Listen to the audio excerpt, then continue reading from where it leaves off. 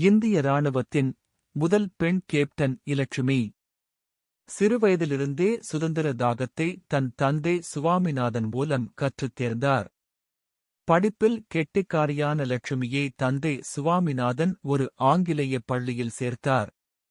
அந்தப் பள்ளியில் பணியாற்றும் ஆங்கிலேய ஆசிரியர்கள் தங்கள் நிறவெறி செயலை குழந்தை லட்சுமி மீது செலுத்தினர். அதனால் அங்கு தொடர்ந்து படிக்க முடியவில்லை. இருப்பினும் தொடர் முயற்சியால் மருத்துவப் படிப்பு வரை படித்தார்.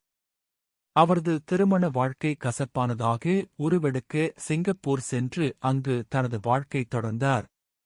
சிங்கப்பூரில் இந்திய இராணுவத்தினருடன் ஏற்பட்ட பழக்கவழக்கம் காந்திய சிந்தனை கொண்ட லட்சுமியை ஆயுதப் புரட்சிக்கு தள்ளியது.